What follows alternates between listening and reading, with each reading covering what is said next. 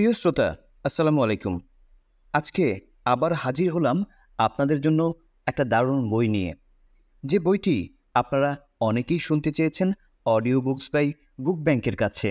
Audio books by book bank এবার আপনাদের জন্য নিবেদন করছে অরক্ষিত স্বাধীনতাই পরাধীনতা, মেজর অবসরপ্রাপ্ত এম এ জলিলের লেখা।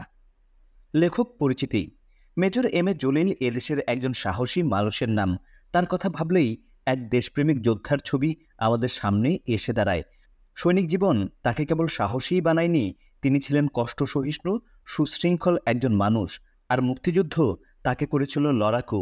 দীর্ঘ ১৩ বছর জাসদের প্রতিষ্ঠাতা সভাপতি হিসাবে জীবনের ঝুঁকি নিয়ে একটি লক্ষ্যকে নিয়ে তিনি কাজ করেছেন। আমৃত্যু সংগ্রামী জীবন তাকে করেছিল প্রতিবাদী, জালিম শোষক ও লুটেরা শাসনের বিরুদ্ধে আপোষহীন। অবশেষে চিন্তার পরিবর্তন ও ইসলামের মূল ধারায় প্রত্যাবর্তন তার মধ্যে পূর্ণতা এনেছিল। এই প্রসঙ্গে মেজর জলিল নিজেই বলেছেন, মানুষের অন্তরের অন্তঃস্থলে রয়েছে সত্য এবং মুক্তি অনুসন্ধানের আজন্ম পিপাসা। আমি সেই পিপাসায় কাতর হয়েই জাসদ থেকে সরে দাঁড়াতে বাধ্য হয়েছি। এটা আমার অক্ষমতা বলে বিবেচিত হতে পারে, তবে আমি আমার অক্ষমতার জন্য মোটেই বিব্রত নই। আমার জীবনের লক্ষ্য আজ স্থির। আমার লক্ষ্য অর্জনে আমি অটল। অন্যায়ের কাছে মাথা নত করা আমার স্বভাব নয়, এটাই একজন মুসলমানের প্রকৃত সিফাত। এই অকুতোভয় দেশপ্রেমিক এবং নিজেকে মুসলমান হিসেবে ঘোষণা দেয়ার সাহসী মানুষটির জীবনের বিভিন্ন বাঁক সম্পর্কে জানার কৌতূহল সবার। বিশেষ করে তরুণদের কাছে মেজর জলিল এক বিস্ময়কর চরিত্রের নাম। আমরা এখানে মেজর জলিলের জীবন প্রবাহের একটি সংক্ষিপ্ত পরিচিতি তুলে ধরলাম। ১৯৪২ সালের ৯ ফেব্রুয়ারি বরিশাল জেলার উজিরপুর থানা সদরে মামার বাড়িতে মেজর জলিলের জন্ম।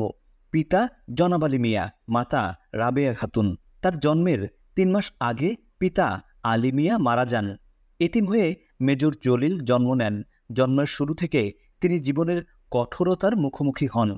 মায়ের স্নেহ ভালোবাসাই ছিল তার জীবন চলার পথের একমাত্র পাথেয়।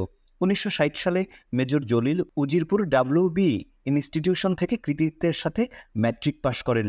স্কুল জীবনেই তিনি নিজেকে লেখালেখির সঙ্গে জড়িয়ে ফেলেছিলেন। ওই সময় তিনি পথের কাঙাল ও রীতি নামে দুটি উপন্যাস লেখেন। দুর্ভাগ্যজনক হল, পরে উপন্যাসের পাণ্ডুলিপি দুটি হারিয়ে যায়। ১৯৬১ সালে জলিল ইয়াং ক্যাডেটে ভর্তি হন। রাওয়ালপিন্ডির মারিতে তিনি শিক্ষা গ্রহণ করেন। ১৯৬৩ সালে ইন্টারমিডিয়েট পাশ করে পাকিস্তানের কাবুলে সামরিক একাডেমিতে প্রশিক্ষণ নেন। ১৯৬৫ সালের সেপ্টেম্বর মাসে তিনি কমিশন লাভ করেন এবং পাকিস্তান সেনাবাহিনীর ট্যাঙ্ক বাহিনীতে যোগ দেন।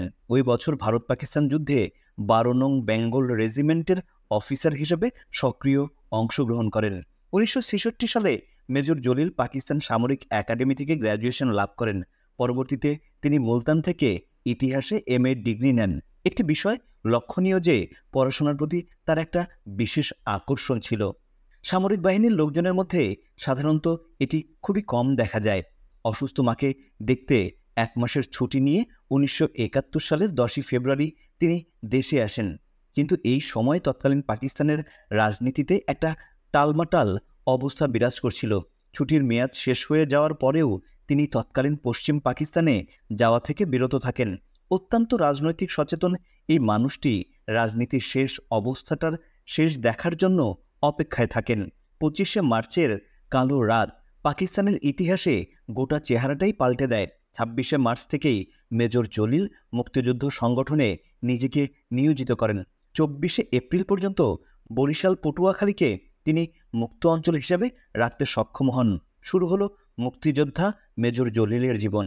৭ April major Jalil Khulna radio centre মুক্ত করতে অপারেশন চালান। ২১শে এপ্রিল অস্ত্র সংগ্রহের উদ্দেশ্যে সুন্দরবনের পথ ধরে ভারতে যান। ফিরে এসে ৯ নং সেক্টরের প্রধান হিসাবে মুক্তিযুদ্ধে নিজেকে নিয়োজিত করেন। ৯ মাসের রক্তক্ষয়ী এক লড়াইয়ের মাধ্যমে ১৯৭১ সালের ১৬ই ডিসেম্বর স্বাধীন বাংলাদেশ জন্ম নেয়। ১৯৭১ সালের ১৮ই ডিসেম্বর বরিশালে মেজর জলিলকে সংবর্ধনা প্রদান করা হয়। ২১শে ডিসেম্বর বরিশাল হেমায়েত খেলার মাঠে এক বিশাল জনসভায় তিনি ভাষণ দেন। এই দুটি জনসভা এত বেশি স্বতঃস্ফূর্ত জনতা উপস্থিত হয়েছিল যা বরিশালবাসী তার আগে কখনো দেখেনি। স্বাধীনতার পরপর ভারত বাংলাদেশকে কার্যত একটি প্রদেশ হিসাবে চিহ্নিত করার প্রয়াস পায়। ভারতীয় সেনাবাহিনী বাংলাদেশের সম্পদ ও পাকিস্তানের ফেলে দেওয়া অস্ত্রশস্ত্র লুটপাট করে ভারতে নিয়ে যেতে থাকে। যশোরের এমন একটি লুটের মাল বয়ে নেয়া ভারতীয় সেনাবাহিনীর গাড়িবহরকে বাধা দেয় 31শে ডিসেম্বর বেলা 11টায় মেজর জলিলকে বন্দী করা হয়।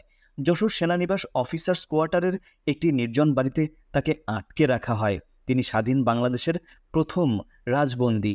5 মাস 6 দিন বন্দী থাকার পর 1972 সালের 7ই জুলাই মেজর জলিল মুক্তিলাভ করেন। সেক্টর কমান্ডারদের সবাইকে নানান উপাধি দেয়া হলেও তাকে বঞ্চিত করা হয়। 72-এর 31শে অক্টোবর জাতীয় সমাজতান্ত্রিক দল জাসদের প্রতিষ্ঠাতা সভাপতি হিসাবে তিনি রাজনীতিতে নামেন। মেজর জলিলের রাজনীতিতে নামার ঘটনাটি নিঃসন্দেহে বাংলাদেশের ইতিহাসে একটি উল্লেখযোগ্য ঘটনা, কেননা পরবর্তীতে তিনি এই দেশের রাজনীতির অনেক পট পরিবর্তনে প্রভাবশালী ভূমিকা রাখেন। 1973 সালে জাতীয় সংসদ নির্বাচনে বরিশালের বাকেরগঞ্জ, উজিরপুর সহ 5টি আসনে তিনি প্রতিনিধিত্ব করেন। নির্বাচনে তার বিজয় ছিল নিশ্চিত, কিন্তু তৎকালীন ক্ষমতাধর দল আওয়ামী লীগ তাকে বিজয়ী হতে দেয়নি। বাংলাদেশের রাজনীতিতে 1975 সালের 15ই আগস্ট পর্যন্ত শেখ মুজিবের প্রধান রাজনৈতিক প্রতিপক্ষ ছিলেন মেজর জলিল। 1974 সালের 17ই মার্চ জাসদের স্বরাষ্ট্রমন্ত্রীর বাড়ি ঘেরাও কর্মসূচিতে পুলিশ গুলি করলে বেশ কয়েকজন নিহত হয়। মেজর জলিল নিজেও আহত হন। আওয়ামী লীগ সরকার তাকে গ্রেপ্তার করে। 1975 সালের 8ই নভেম্বর তিনি মুক্তি লাভ করেন। দেশের রাজনৈতিক পরিস্থিতির আমূল পরিবর্তন সত্ত্বেও মেজর জলিল ক্ষমতাসীনদের রোষানল থেকে রেহাই পাননি। 1975 সালের 23শে নভেম্বর তাকে আবার গ্রেপ্তার করা হয়। সামরিক ট্রাইব্যুনালে কর্নেল তাহের ও মেজর জলিলের ফাঁসি হয়। মুক্তিযুদ্ধে বিশেষ অবদানের জন্য মেজর জলিলের মৃত্যুদণ্ড মওকুফ করে যাবজ্জীবন কারাদণ্ড দেয়া হয়। প্রায় 4.5 বছর কারাভোগের পর 1980 সালের 26শে মার্চ তিনি মুক্তিলাভ করেন। 1982 সালের আগস্ট মাসে তিনি টাঙ্গাইলের এক সম্ভ্রান্ত পরিবারের কন্যা সাইমা আক্তারকে বিয়ে করেন। সাইমা জলিল দম্পতি 2 কন্যা সারা জলিল ও ফারা জলিল। এরপর থেকেই মেজর জলিলের চিন্তা চেতনায় পরিবর্তন লক্ষ্য করা যায়। শেষ পর্যন্ত 1984 সালের 3রা নভেম্বর তিনি জাসদ থেকে পদত্যাগ করেন। এই প্রসঙ্গে তিনি তার কৈফিয়ত ও কিছু কথা গ্রন্থে লিখেছেন। দলীয় জীবনে জাসদের নেতাকর্মীরা ধর্মীয় মূল্যবোধ প্রায় সম্পূর্ণভাবে বিসর্জন দেওয়ার ফলে নৈতিকতার ক্ষেত্রে অবক্ষয় ঘটে। ব্যক্তি জীবনে আসে বিশৃঙ্খলা এবং ধর্মীয় নৈতিকতা এবং মূল্যবোধে পরিচালিত সমাজ দেহ থেকে নিজেরা বিচ্ছিন্ন হয়ে পড়লেও সমাজে বসবাসরত জনগণকে ঐতিহ্যবাহী ইসলামী সাংস্কৃতিক জীবন এবং মূল্যবোধ থেকে বিচ্ছিন্ন করতে মোটেও সক্ষম হয়নি। প্রচলিত পারিবারিক, সামাজিক এবং সাংস্কৃতিক জীবনধারা থেকে কেবল নিজেকে বিচ্ছিন্ন করে রাখলেই বিকল্প সংস্কৃতির জন্ম নেয় না, বরং এই ধরনের রণকৌশল অবলম্বন সমাজে প্রচলিত নীতি, নৈতিকতা, আচার অনুষ্ঠান এবং সাংস্কৃতিক মূল্যবোধের প্রতি তাচ্ছিল্য, উপহাস এবং ঘৃণার বহিঃপ্রকাশ ঘটায়, যা প্রকারান্তে বিপ্লবী আন্দোলনের বিপক্ষে চলে যায়। ইসলাম ধর্ম এদেশের শতকরা 90 জন গণমানুষের কেবল ধর্মীয় বিশ্বাসী নয়, ইসলাম ধর্মভিত্তিক নীতি নৈতিকতা, আচার অনুষ্ঠান, উৎসব পর্ব, সামাজিক সংস্কৃতি এবং এদেশের সাধারণ গণমানুষের দৈনন্দিন জীবনের নানা ঘটনার সাথে ইসলাম ধর্ম অঙ্গাঙ্গিভাবেই জড়িত। জন্ম পর্ব থেকে শুরু করে জানাজা পর্যন্ত ইসলামের নীতি নির্দেশের আওতায় নিয়ন্ত্রিত হচ্ছে এদেশের সংখ্যাগরিষ্ঠ মানুষের জীবন। এমন একটি জীবন দর্শনকে অবহেলা, উপেক্ষা কিংবা সম্পূর্ণভাবে পরিহার করে চলার নীতিকে বাস্তবসম্মত কিংবা বিজ্ঞানসম্মত বলা যায় না। প্রগতিশীল আন্দোলনের স্বার্থেই ইসলাম ধর্মের বিজ্ঞানসম্মত মূল্যায়ন অত্যাবশ্যকীয় বলে আমি মনে করি, কারণ ইসলাম শোষণ, জুলুম, অন্যায়, অসুন্দর সহ সর্বরকম স্বৈরশাসন এবং মানুষের উপর অবৈধ প্রভুত্বের ঘোর বিরোধী। ইসলাম পুঁজিবাদ, সাম্রাজ্যবাদ, রাজতন্ত্র উচ্ছেদের নির্দেশ দেয়। সম্পদের ব্যক্তি মালিকানা ইসলামে নিষিদ্ধ, কারণ সকল সম্পদের মালিকানা একমাত্র আল্লাহরই। মানুষ হচ্ছে তার কেবল প্রয়োজন মেটানোর জন্য আমানতদার বা কেয়ারটেকার। জাসদ থেকে পদত্যাগের মাত্র ১৬ দিন পর মেজর জলিল ১৯৮৪ সালের ২০ অক্টোবর জাতীয় মুক্তি আন্দোলন নামে একটি দল গঠন করেন। এই সময় তিনি মরহুম হাফেজি হুজুরের নেতৃত্বে সম্মিলিত সংগ্রাম পরিষদ গঠনে সক্রিয় অংশগ্রহণ করেন। ১৯৮৫ সালে জানুয়ারি মাসে তাকে গৃহবন্দী করা হয়। তিনি ১ মাস গৃহবন্দী অবস্থায় থাকেন। এরশাদ বিরোধী আন্দোলনে যোগদানের কারণে ১৯৮৭ সালের ৩০ ডিসেম্বর থেকে ১৯৮৮ মার্চ পর্যন্ত সরকার তাকে কেন্দ্রীয় কারাগারে আটক রাখে। এর আগে major Jalil Libya, Lebanon, Iran, Britain, পাকিস্তানে কয়েকটি আন্তর্জাতিক ইসলামী সম্মেলনে যোগ দিয়েছিলেন। ১৯৮৮ সালের ১১ নভেম্বর মেজর জলিল পাকিস্তান যান। ১৬ নভেম্বর রাজধানী ইসলামাবাদে তিনি হৃদরোগে আক্রান্ত হন। সঙ্গে সঙ্গে তাকে স্থানীয় একটি ক্লিনিকে ভর্তি করা হয়। ১৯ নভেম্বর রাত 10:30টায় তিনি ইন্তেকাল করেন। ২২ নভেম্বর তার লাশ ঢাকায় আনা হয় এবং পূর্ণ সামরিক মর্যাদায় মিরপুর বুদ্ধিজীবী কবরস্থানে তাকে দাফন করা হয়। উল্লেখ্য, মেজর অবসরপ্রাপ্ত জলিলই সেই সৌভাগ্যবান ব্যক্তি যার লাশ দাফনের মাধ্যমেই মিরপুরের মুক্তিযোদ্ধা গোরস্থানে সর্বপ্রথম লাশ দাফন করা শুরু হয়েছে।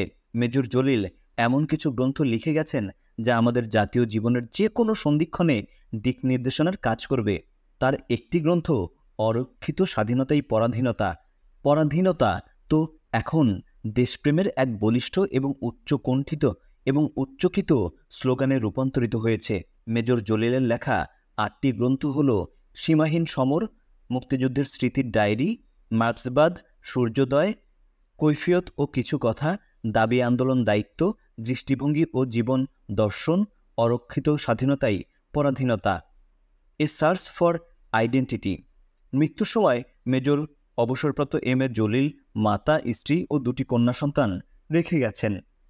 ভূমিকা: শতাব্দী থেকে শতাব্দী বাংলাদেশের এই ভূখণ্ডে বিভিন্ন ধর্মাবলম্বী মানুষ তাদের স্ব ধর্মকর্ম, সংস্কৃতি, আচার অনুষ্ঠান সহ মোটামুটি শান্তিপূর্ণভাবে সহাবস্থান করে এসেছে। এই সহাবস্থানমূলক বসবাসের মাধ্যমে এদেশের মানুষ গড়ে তুলেছে সমৃদ্ধশালী ঐতিহ্য। তবে যুগে যুগে এই ভূখণ্ডের জনগণ বিদেশি শাসক শোষকের হাতে শোষিত, নিপীড়িত ও লুণ্ঠিত হয়েছে।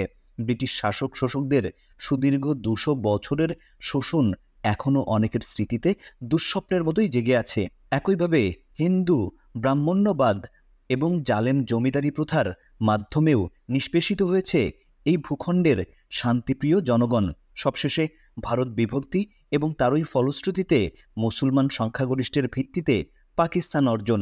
ব্রিটিশ রচিত ঔপনিবেশিক আমলাতান্ত্রিক রাষ্ট্রীয় কাঠামো বহাল রেখে পাকিস্তানের উঠতি পুঁজিবাদী গোষ্ঠী, বিশেষ করে সামরিক এবং বেসামরিক আমলা গোষ্ঠী এই অঞ্চলের জনগণের উপর বিমাতাসুলভ আচরণ এবং শোষণ প্রক্রিয়া অব্যাহত রাখে, যার ফলে এই অঞ্চল থেকে যায় অনগ্রসর, অবহেলিত এবং নিগৃহীত জনগণের অভাব, অনটন ও হতাশা ও বিক্ষোভ ক্রমশই পুঞ্জীভূত হতে থাকে এবং ধীরে ধীরে ধূমায়িত হতে হতে ১৯৭১ সনে এটি একটি প্রবল আগ্নেয়গিরির মতোই উদ্গীরণ ঘটে।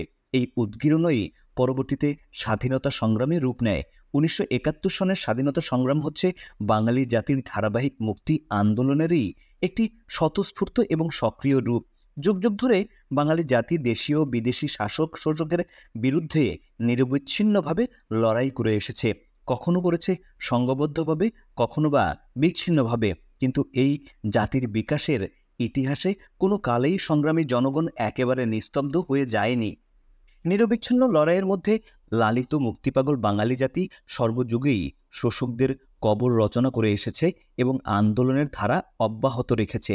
১৯৭১ সনের সমস্ত গণ অভ্যুত্থান ছিল একটি যুগান্তকারী গৌরবময় অধ্যায়। এই অধ্যায় রচনা করতে অসীম ত্যাগ তিতিক্ষার শিকার হতে হয়েছে জাতিকে।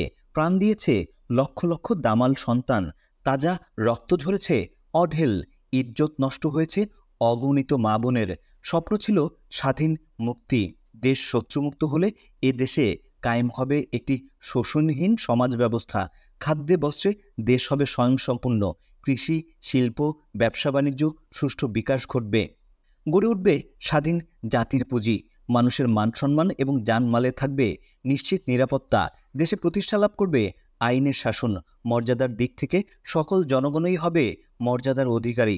কর্তব্য এবং দায়িত্ববোধ সম্পন্ন। বাঙালি জাতি বিশ্বের মানচিত্রে ঠাঁই লাভ করবে একটি সুখী, স্বাধীন, সমৃদ্ধ, সার্বভৌম জাতি হিসাবে। এই সবই তো ছিল সকলের আন্তরিক কামনা বাসনা। কিন্তু স্বাধীনতা হাতের মুঠোয় পেয়েও যেন আমরা ঠিক পেলাম না। আনুষ্ঠানিক স্বাধীনতা লাভের প্রায় 17 বছর পরেও আমাদের কোনো অভাব তো দূরই হলো না, বরং যতই দিন যাচ্ছে ততই যেন জাতি হিসেবে আমরা মর্যাদাহীন হয়ে পড়েছি, নিস্তেজ হয়ে পড়ছি। বুক ভরা আশা, স্বপ্ন আজ রূপান্তরিত হয়েছে গ্লানি আর হতাশায়। সম্মান, জাতীয়তাবোধ, মর্যাদাবোধ, সামাজিক ও মানবিক মূল্যবোধ এ সব কিছুই যেন বিধ্বস্ত। এক কথায় বিবেক আজ বিভ্রান্ত। সুবিধাবাদ এবং অযোগ্যতার মহড়ায় গোটা জাতি আজ নীরব, নিশ্চল, অসহায়, জিম্মি। আমাদের স্বাধীনতা যেন দেশের সম্পদ, বেপরোয়া লুণ্ঠনেরই উন্মত্ততা। আজ বিদেশিরা নয়, আমরাই যেন আমাদের শত্রু। যে জাতির ললাট একদিন স্বাধীনতার লাল সূর্যে ঝিলমিলিয়ে উঠেছিল, সেই উদ্দীপ্ত ললাটই আজ কালিমার আবরণে অন্তরীণ এবং অভিশপ্ত। এই অবাঞ্ছিত অবস্থার জন্য কে বা কারা দায়ী? আজ সকলের বিরুদ্ধেই সকলের একঘেয়ে অভিযোগ। বিগত 17 বছর যারাই শাসন ক্ষমতায় অধিষ্ঠিত হয়েছে, তারাই দেশ জাতিকে নিজেদের পৈতৃক সম্পত্তি হিসাবে গণ্য করেছে। দেশ ও জাতিকে নিজেদের ব্যক্তিগত, গোষ্ঠীগত জমিদারি হিসাবে ব্যবহার করার ধৃষ্টতা দেখিয়েছে। এ ব্যাপারে একটি বিশেষ রাজনৈতিক দলের তো জুরি নেই, তবে কেউ যেন কারো চেয়ে কম নয়। লুণ্ঠন আর দুর্নীতির নির্লজ্জ প্রতিযোগিতার মহড়াই চলেছে কেবল।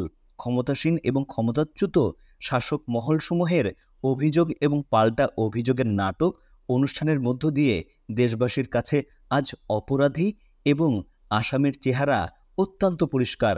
দেশের 10 কোটি মানুষ অপরাধী কিংবা আসামি নয়। সশস্ত্র যুদ্ধের মধ্য দিয়ে জন্ম নেওয়া একটি জাতি কখনোই আসামি হতে পারে না। আমাদের জনগণ জ্ঞানীগুণী এবং সাহসী, তবে দোষ ত্রুটি যে আমাদের মধ্যে মোটেও নেই তা নয়। জাতিগতভাবে আমাদের দোষ ত্রুটির খতিয়ান নেয়ার সময়ও আজ দ্বার প্রান্তে। বিগত 17 বছরে বেশ কয়েকটি সরকার দেশ পরিচালনা করার দায়িত্ব নিয়েছে। কেউ নিয়েছে নির্বাচনের মাধ্যমে, আবার কেউ বা নিয়েছে বন্দুকের মাধ্যমে। কারচুপিমূলক নির্বাচন আর ষড়যন্ত্রমূলক বন্দুকের নলের মধ্যে অধিষ্ঠিত ক্ষমতাসীন গোষ্ঠীর কেউই এদেশের জনগণের আশা আকাঙ্ক্ষার প্রতিফলন ঘটাতে সক্ষম হয়নি। মুখে মুক্তিযুদ্ধের চেতনা তুলে ধরার শপথ নিলেও স্বাধীনতার উষালগ্ন থেকে অদ্যাবধি প্রত্যেকটি সরকারই কার্যত মুক্তিযুদ্ধের চেতনা নির্মূল করার লক্ষ্যেই বিভিন্ন ষড়যন্ত্রমূলক পদক্ষেপ নিয়েছে। সশস্ত্র যুদ্ধের মধ্য দিয়েও দুর্দান্ত প্রতাপ নিয়ে জেগে ওঠা বাঙালি জাতির জাগ্রত বিবেক এবং শক্তিকে ভীতির চোখে দেখেছে, প্রীতির চোখে নয়। বিদেশি প্রভুরাও দেখেছে একই চোখে। শোষণ জুলুমের বিরুদ্ধে আপোষহীন সংগ্রাম পরিচালনা করার অগ্নি শপথপুষ্ট চেতনার নামই মুক্তিযুদ্ধের চেতনা।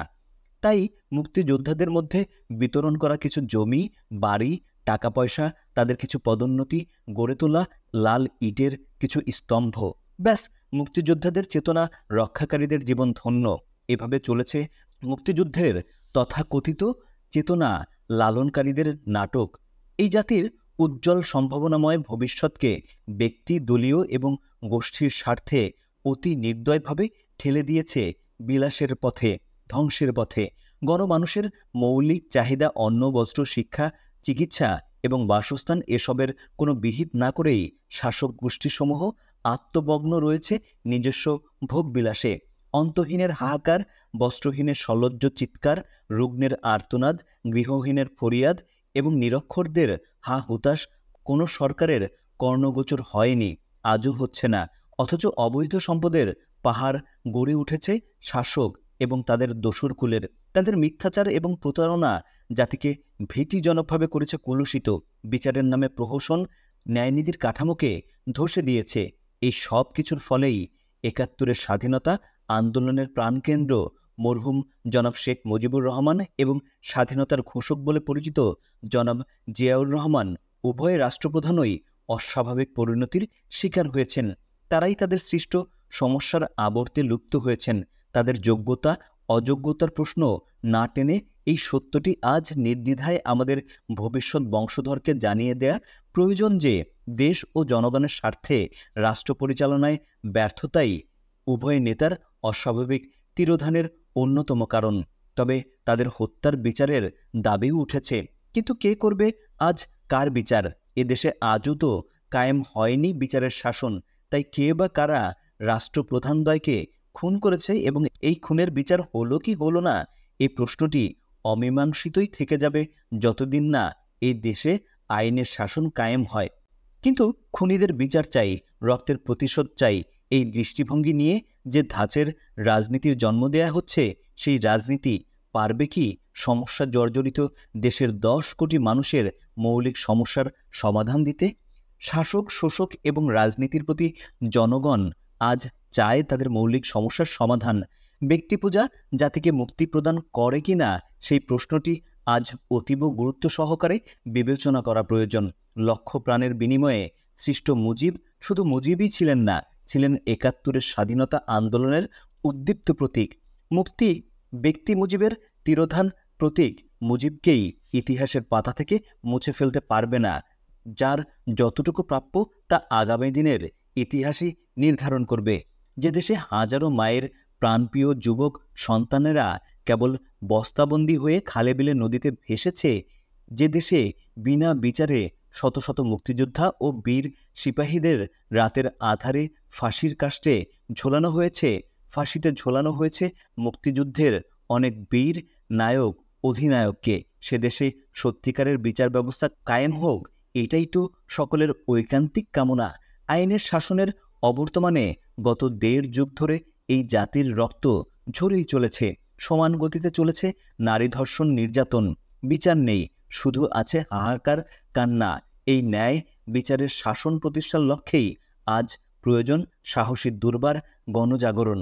শোষণমূলক আমলাতান্ত্রিক প্রশাসনিক রাষ্ট্রীয় কাঠামোর মাধ্যমে আইনের শাসন বলতে যা বোঝায়, তা কেবল শাসক গোষ্ঠীর জন্যই আইন লঙ্ঘন এবং আইন অপপ্রয়োগ করার বেসুমার ক্ষমতা।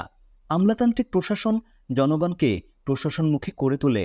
প্রশাসন এ অবস্থায় কখনো জনমুখী হয় না। প্রশাসন জনশক্তি বিকাশ সাধনে ব্রতী নয়। জনশক্তিকে অসহায়ভাবে প্রশাসনের উপর নির্ভরশীল করে তোলাই হচ্ছে আমলাতান্ত্রিক প্রশাসনের লক্ষ্য। ক্ষমতায় বসে কেবল ফরমানি জারি করলেই প্রশাসনের চরিত্র গণমুখী হয়ে ওঠে না। আমলাতান্ত্রিক প্রশাসন জনগণকে প্রশাসনমুখী করে তোলে। প্রশাসন এ অবস্থায় কখনো জনমুখী হয় না। প্রশাসন জনশক্তির বিকাশ সাধনে ব্রতী নয়।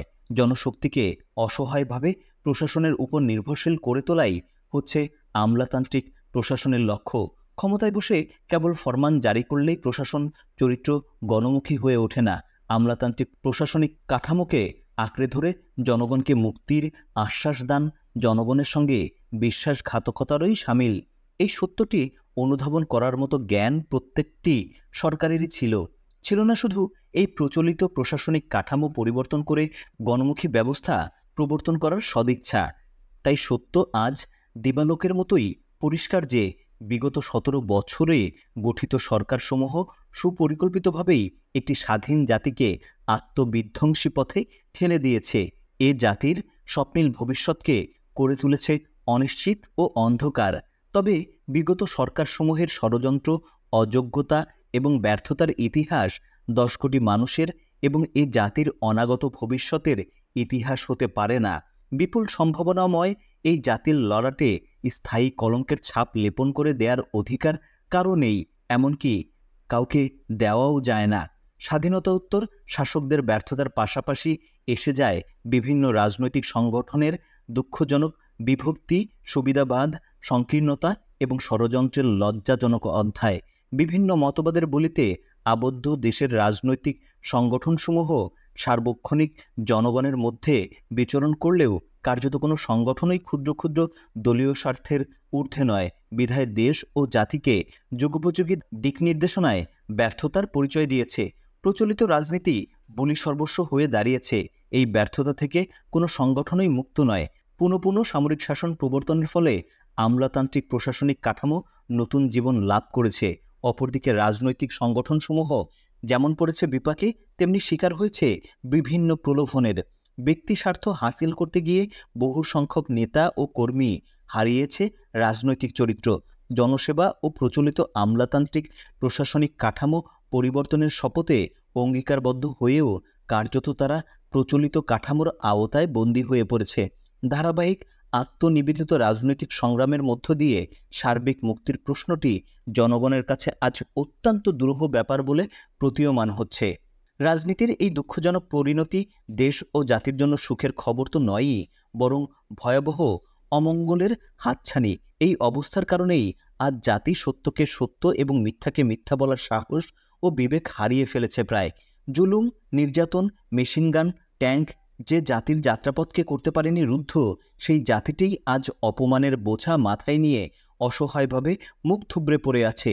সশস্ত্র সংগ্রামের মধ্য দিয়ে জন্ম নেয়া জাতিটিকে আজ মুখ বুজে সহ্য করতে হচ্ছে কত অপবাদ, তলাবিহীন ঝুড়ি, মিসকিন দেশ, বিশ্বের দরিদ্রতম দেশ, আরও কত কি। মুক্তিযুদ্ধে ঝরানো তাজা রক্তের বিনিময়ে এটাই কি এই জাতির প্রাপ্য? 1971 সনের স্বাধীনতা যুদ্ধে কত মুক্তিযোদ্ধা প্রাণ হারালো, শহীদ হলো, পঙ্গু হলো নিখোঁজ, তার যেমন নেই সঠিক কোনো পরিসংখ্যান, তেমনি স্বাধীনতা উত্তর বিগত 17 বছরে আরও কত শত সহস্র যোদ্ধা যে মিথ্যে খুন, চুরি ডাকাতির অভিযোগে কারাভোগে ধুকে ধুকে মরেছে অনাহারে, শিকার হয়েছে গুপ্ত ও প্রকাশ্য হত্যার, ঝুলেছে ফাঁসির কাষ্ঠে, তারও নেই কোনো হিসেব। যেন মুক্তিযুদ্ধ হয়েছিল এদেশের মানুষকে, বিশেষ করে দামাল যুবশক্তিকে বেহিসাব নির্মূল করার ব্লুপ্রিন্ট নিয়ে। স্বাধীনতার পর থেকেই প্রত্যেকটি রাজনৈতিক সংগঠন মুক্তিযোদ্ধাদের পুনর্বাসনের দাবিতে সোচ্চার এবং প্রত্যেকটি সরকারের মুখেই তাদের পুনর্বাসনের প্রতিশ্রুতি ধ্বনিত হলেও মূলত মুক্তিযুদ্ধের নামে স্বাধীন বাংলাদেশে বিশেষ কিছু ব্যক্তি, শ্রেণী ও গোষ্ঠী সুপরিকল্পিতভাবে সব রকম সুযোগ সুবিধা ভোগের মাধ্যমে নব্য ধনিক শ্রেণী হিসাবে প্রতিষ্ঠা লাভ করার প্রতিযোগিতায় বেপরোয়াভাবে মত্ত। এদেরকে নাম ধরে চিহ্নিত না করলেও সমাজ দেহের প্রতি স্তরেই এদের কুৎসিত চেহারা আজ স্পষ্ট। জাতির বীর মুক্তিযোদ্ধারা আজ উপহাস, কৌতুক ও করুণার পাত্র। ভাবখানা এমন যেন মুক্তিযোদ্ধারা ছিল এক শ্রেণীর কামলা, যাদের কাজ ছিল হানাদার বাহিনীকে তাড়িয়ে দিয়ে দেশীয় কিছু অসৎ সামরিক ও বেসামরিক আমলা এবং ব্যবসায়িক মনোবৃত্তির এক শ্রেণীর রাজনীতিকদের হাতে দেশের শাসনভার তুলে দেয়া। সব রকম মানবিক, সামাজিক এবং নৈতিক মূল্যবোধ বিসর্জন দিয়েও তারাই হবে দেশের প্রভু এবং মুক্তিযোদ্ধারা থাকবে তাদেরই বাধ্যগত কামলা। মুক্তিযোদ্ধাদেরকে আজ একটা কথা পরিষ্কারভাবে জেনে রাখতে হবে যে মুক্তিযুদ্ধের মাধ্যমে জন্ম নেয়া জাতির মুক্তিযোদ্ধারা কারো দ্বারা পুনর্বাসিত হয় না, বরং মুক্তিযোদ্ধারাই রাষ্ট্রীয় ক্ষমতার অধিকারী হয়। তাদের বলিষ্ঠ নেতৃত্বের মাধ্যমেই তারাই সমাজের পুরাতন কাঠামো ভেঙে দিয়ে নতুন রাষ্ট্রীয় কাঠামো বিনির্মাণের মধ্য দিয়ে সমাজের শোষিত নিগৃহীত শ্রেণীসমূহকে পুনর্বাসন করে।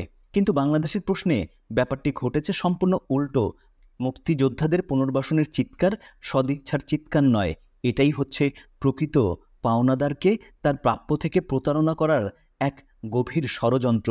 সমাজে পুনর্বাসন প্রয়োজন কাদের? সমাজের পঙ্গু, অনাথ, আতুর, বেকার ভিক্ষুক, পতিতা ইত্যাদি অবহেলিত এবং অক্ষম শ্রেণীর প্রয়োজন পুনর্বাসন। সশস্ত্র যুদ্ধের মধ্য দিয়ে দেশ ও জাতির জন্য বিজয় আনয়নকারী বীর যোদ্ধারা কোনোদিনও পুনর্বাসনের পর্যায়ে পড়ে না। মুক্তিযোদ্ধাদের ত্যাগের সমতুল্য কোনো বিনিময় নেই। তাদের গৌরবময় অম্লান ত্যাগে কেবল তারাই পুনঃপ্রতিষ্ঠা লাভ করবে না, দেশ জাতীয় হবে পুনর্গঠিত। যে জাতির যোদ্ধারাই পুনর্বাসনের স্তরে নেমে যায়, সেই জাতির পুনর্গঠন তো দূরে থাক, তাদের স্বাধীনতা সার্বভৌমত্বই হয়ে পড়ে বিপন্ন। জাতির বীর যোদ্ধারাই যদি হয়ে পড়ে করুণার পাত্র, করে ভিক্ষাবৃত্তি অবলম্বন, সে জাতির সাধারণ জনগণের ভোগান্তি আর দুর্দশার যে কোনো সীমাই থাকে না, তা আজ আমাদের আর্থসামাজিক অবস্থা প্রত্যক্ষ করলেই সুস্পষ্ট অনুধাবন করা যায়। অথচ এই ৭১-এর মুক্তিযুদ্ধই বাঙালি সত্তাকে বিশ্ববাসীর দরবারে নতুন আঙ্গিকে সুপরিচিত করেছে। ভেতো এবং ভীতু হিসেবে পরিচিত বাঙালি অতীতের সকল অপবাদ ঝেড়ে মুছে ফেলে একটি সক্ষম যোদ্ধা জাতি হিসাবে পরিচিত লাভ করেছে। রক্তক্ষয়ী বীরত্বপূর্ণ মুক্তিযুদ্ধের মাধ্যমে দেশ ও জাতি এই গৌরবের আসন অধিকার করেছে। এই গৌরবের অংশীদার সমগ্র জাতি। এই গৌরব কোনো বিশেষ ব্যক্তি, গোষ্ঠী কিংবা কোনো দল বিশেষের জন্য নয়।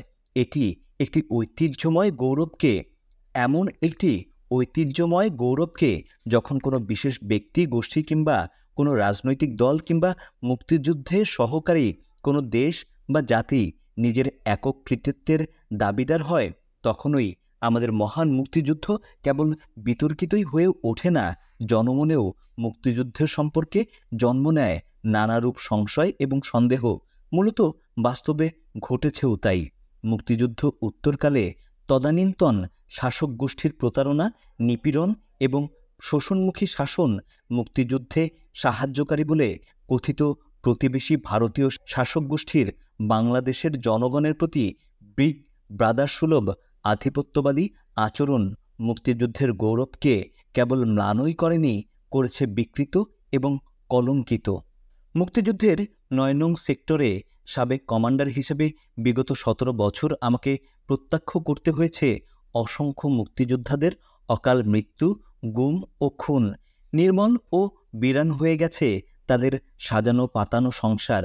স্বাধীনতা অর্জনের দাবিদার আওয়ামী লীগ এবং স্বাধীনতার ঘোষক বলে কথিত জিয়া সরকারের আমলেই সর্বাধিক ক্ষতিগ্রস্ত হয়েছে মুক্তিযোদ্ধারা। মুক্তিযোদ্ধাদের হাতেই মুক্তিযোদ্ধারা হয়েছে নাজেহাল।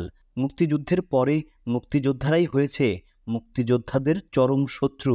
মুক্তিযুদ্ধের চেতনা যদি একই হয়ে থাকে, তাহলে এই দুঃখ ও লজ্জাজনক বিভক্তি, শত্রুতা এবং নিধন প্রক্রিয়া কেন? তাহলে এই মুক্তিযুদ্ধের পেছনে আসল রহস্যটা কি? প্রাণপ্রিয় মুক্তিযোদ্ধা ভাই ও বোনেরা ও শ্রদ্ধেয় দেশবাসী, আসুন না একটু তলিয়ে দেখি। মুক্তিযুদ্ধ পূর্ব তদানীন্তন পূর্ব পাকিস্তান আওয়ামী লীগের ৬ দফা দাবিভিত্তিক নির্বাচন ব্যাপক বিজয় লাভ সমগ্র জাতিকেই উৎসাহিত ও অনুপ্রাণিত করেছিল। ১৯৭০ সনের সেই নির্বাচনী ফলাফল বাঙালির জাতীয়তাবাদেরই চূড়ান্ত বহিঃপ্রকাশ বলে প্রতীয়মান হয়েছিল আমার কাছে। সেদিন আওয়ামী লীগের বিজয় জাতীয় উৎসবে পরিণত হয়েছিল। আওয়ামী লীগের আদর্শে বিশ্বাসী নয় এমন আওয়ামী লীগ বহির্ভূত এদেশের বুদ্ধিজীবী, আমলা, সেনাবাহিনী, পুলিশ, ইপিআর, আনসার সহ সাধারণ জনগণও আওয়ামী লীগের বিজয়ে অভূতপূর্ব উল্লসিত হয়েছিল। সেই মুহূর্তে আওয়ামী লীগ অতি সতর্কভাবেই জাতীয়তাবাদী চেতনার ধারণ এবং লালন করেছিল। স্কুল, কলেজ, ভার্সিটিতে, খেতে খামারে, অফিস আদালতে, হাটে ঘাটে মাঠে, নদীতে সাগরে, এমনকি বিদেশ বিভুঁইয়ে বসবাসরত প্রত্যেকটি বাঙালির বুক জাতীয়তাবাদী চেতনায় উদ্বেলিত, আলোড়িত হয়ে উঠেছিল। আমরা বিহারি নই, আমরা পাঞ্জাবি নই, আমাদের পরিচয় আমরা বাঙালি। এই চেতনাবোধে জাগরিত হয়ে উঠেছিল বাঙালির মন ও প্রাণ। এর ব্যতিক্রম ছিল কেবল তারাই যারা ৭০-এর সেই ঐতিহাসিক নির্বাচনে আওয়ামী লীগ বিরোধী ভূমিকায় লিপ্ত হয়ে শোচনীয় পরাজয় বরণ করেছিল। তারা আওয়ামী লীগের বিজয়ে খুশি তো হতেই পারেনি, বরং শঙ্কিত ও বিভ্রান্ত হয়ে পড়েছিল। তখন থেকেই তাদের মনে এ ধারণা বদ্ধমূল হয়ে ওঠে যে নির্বাচনে আওয়ামী লীগের অভূতপূর্ব বিজয়ের পেছনে প্রতিবেশী রাষ্ট্র ভারতের কারসাজি ছিল। অনেকে এ কথাও প্রমাণ করতে চেয়েছে যে ১৯৪৭ সনে ভারত বিভক্তির সময় যে সকল হিন্দুরা পূর্ববঙ্গ ছেড়ে পশ্চিমবঙ্গে স্থায়ীভাবে বসবাসের জন্য চলে গিয়েছিল, তাদের বেশ বড় একটা সংখ্যা বর্ডার পাড়ি দিয়ে পূর্ব পাকিস্তানে শেখ মুজিবের পক্ষে ভোট প্রদান করার জন্য চলে আসে। এটা সত্য কিনা মিথ্যা তা জানা নেই। স্বাধীনতার এত বছর পরে ওই ধরনের একটি অভিযোগ শুনতে অনেকের কাছেই আজগুবি মনে হলেও ব্যাপারটি আজ পর্যন্ত তলিয়ে দেখা হয়নি, কিংবা দেখার তাগিদও বোধ করেনি কেউ। আদৌ এমনটি হয়েছিল কিনা, হলে তা স্বতঃস্ফূর্তভাবেই হয়েছিল না পূর্ব পরিকল্পিত? এ ধরনের পরিকল্পনার পেছনে উদ্দেশ্য কী ছিল? শুধু কেবল আওয়ামী লীগের বিজয়কেই নিশ্চিত করা না, আরও সুদূর প্রসারী কিছু? এটা কি তবে প্রতিবেশী রাষ্ট্র ভারতেরই মগজের খেলা ছিল, না আওয়ামী লীগের নেতৃত্ব এ সম্পর্কে ছিল সম্পূর্ণ ওয়াকিবহাল?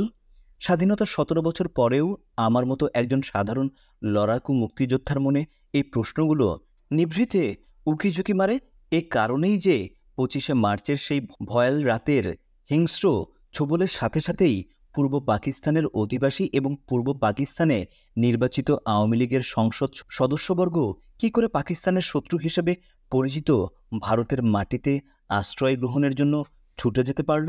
কোন সাহসে কিংবা কোন আস্থার উপর ভর করেই বা তারা দলে দলে ভারতের মাটিতে গিয়ে হুমড়ি খেয়ে পড়ল? তাহলে কি গোটা ব্যাপারটাই ছিল পূর্ব পরিকল্পিত?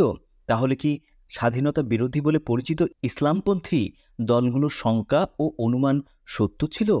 তাদের শঙ্কা এবং অনুমান যদি সত্যি হয়ে থাকে, তাহলে দেশপ্রেমিক কারা? আমরা মুক্তিযোদ্ধারা, না রাজাকার আলবদর হিসেবে পরিচিত তারা? এই প্রশ্নের মীমাংসা আমার হাতে না। সত্যের উদ্ঘাটনই কেবল এই প্রশ্নের সঠিক উত্তর নির্ধারণ করবে। উত্তর যাই হোক, একজন মুক্তিযোদ্ধা হিসাবে আমার চিরদিনেরই দাবি থাকবে, আমি একজন মুক্তিযোদ্ধা, আমি সাচ্চা দেশপ্রেমিক। অন্যায়কে আমি ঘৃণা করতে শিখেছি, অন্যায়কে আমি চিরদিনই ঘৃণা করব। নির্যাতিত মানবতার পাশে আমি দাঁড়িয়েছি বলে আমি গর্বিত।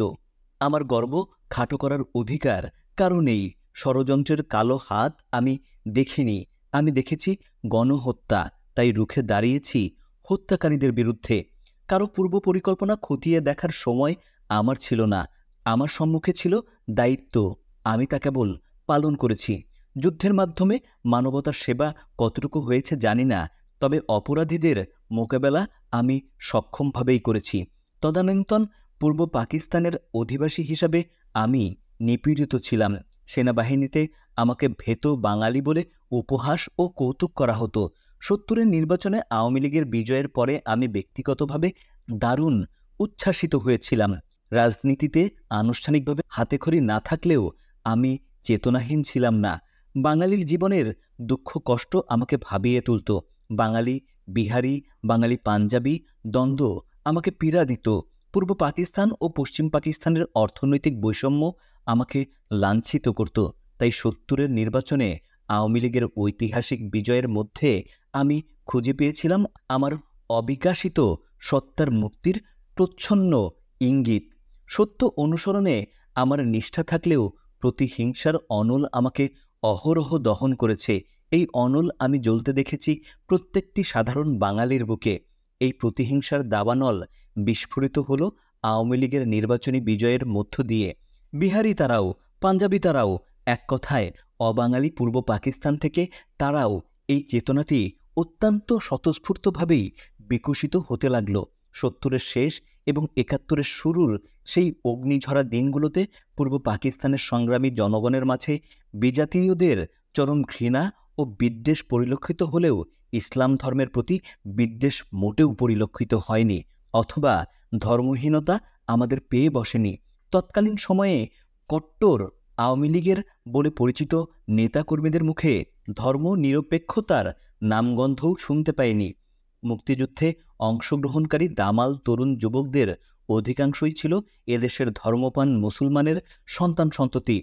যুদ্ধের রক্তাক্ত ময়দানেও আমি মুক্তিযোদ্ধাদের দেখেছি বেকায়দায় নামাজ পড়তে, দরুদ পাঠ করতে।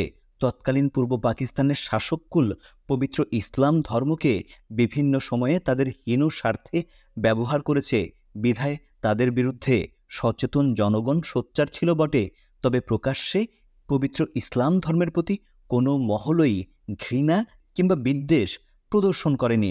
ইসলাম ধর্মের বিষয়টি আমি এখানে এ কারণে উল্লেখ করেছি যে আমাদের মুক্তিযুদ্ধের পূর্বের ইসলাম এবং মুক্তিযুদ্ধের পরের ইসলাম এর মধ্যে হঠাৎ করে এমন কি ঘটে গেল যাতে ইসলামের কথা শুনলেই কোনো কোনো মহল পাগলা কুকুরের মতো খিচিয়ে ওঠেন। যে দেশের শতকরা ৯০ জনেরই অধিক পবিত্র ইসলাম ধর্মের অনুসারী, সে দেশে এই করুণ উন্মাদতার মধ্যে দিয়ে ধর্মের নিকুচি করা কি আদৌ যুক্তিসঙ্গত? এই দুঃখজনক এবং লজ্জাকর অধ্যায়ের জন্য দায়ী কে বা কারা? বাস্তবতার অস্বীকৃতিই প্রতিক্রিয়াশীলতা নয় কি? অপরদিকে বাস্তবতার স্বীকৃতিই প্রগতির শর্ত এবং দাবি নয় কি? তৎকালীন পূর্ব পাকিস্তানের গর্ভেই বর্তমান বাংলাদেশ ভূমিষ্ঠ হয়েছে। সেই পূর্ব পাকিস্তানের অধিবাসীদের আচার আচরণ, উৎসব অনুষ্ঠান, সংস্কৃতি, ধর্মীয় এবং আধ্যাত্মিক মূল্যবোধ মুক্তিযুদ্ধের এক খোঁচায়ই কি বিলুপ্ত হয়ে যেতে পারে? এটা কি কারো খেয়াল খুশির উপর নির্ভরশীল, না বাস্তব নির্ভর? আমাদের বস্তুনিষ্ঠ বিশ্লেষণ আমাদের জাতীয় জীবনকে সুষ্ঠুভাবে বিকশিত করতে সক্ষম। সত্যানুরাগীরাই কেবল আমাদের মুক্তির দিশারি হতে পারে, অন্যথায় আমাদের ধ্বংসের জন্য আমরাই যথেষ্ট। এই বিষয়ে অধিকতর আলোচনা পরবর্তী অধ্যায়সমূহে সন্নিবেশিত করা হবে।